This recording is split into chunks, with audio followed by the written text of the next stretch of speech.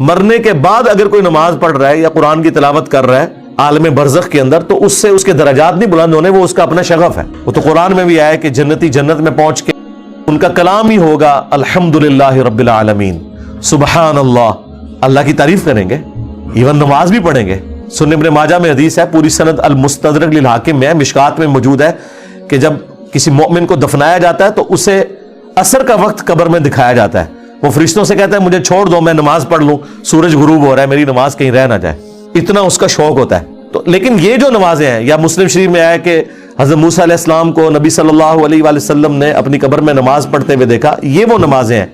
या अंबिया कराम बैतुल मक़दिस में मुस्लिम शरीफ में आया कि जमा हुए और नबी इस्लाम की इक्तदा में नमाज पढ़ी, ये वो जो नमाजें हैं ना, ये अल्लाह के शुक्राने की नमाजें हैं। इससे आखिरत के दर्जात की बुलंदी का कोई मामला नहीं होगा। वो दुनिया में जो आपने अमल किया ना, बस वही आपके वहां पे काम आना है।